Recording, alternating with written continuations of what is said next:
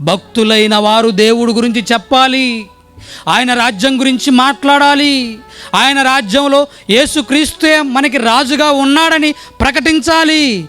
ఆ రాజు ఈ భూమి మీద మనకి రాజ్యాన్ని అప్పగించి పరలోకానికి వెళ్ళిపోయాడని, మనల్ని రాజులుగా ఉంచాడని, ఆ రాజ్య పరిపాలన చేయమని ఒక సంఘంగా మనల్ని ఉంచాడని మనం చెప్తున్నామండి. మన నోరు ప్రార్థనలో ఇక్కడ తెరిచామంటే ప్రార్థన నుంచి బయటికి వెళ్ళిపోయిన తర్వాత మూసేస్తాం మన హృదయాన్ని.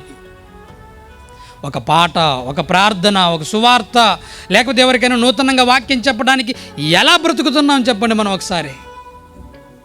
నువ్వు చెప్పే వాక్యం వినాలంటే నీ క్యారెక్టర్ ఎలా ఉంది?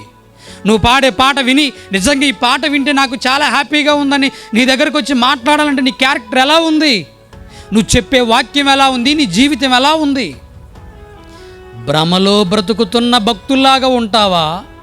ఆ భక్తుడిగా, నిజమైన భక్తుడిగా బ్రతుకుతూ దేవుడు చెప్పినటువంటి ఆజ్ఞల ప్రకారం బ్రతుకుతూ పరలోకానికి చేరుకుంటావా? ఆలోచించు నువ్వే.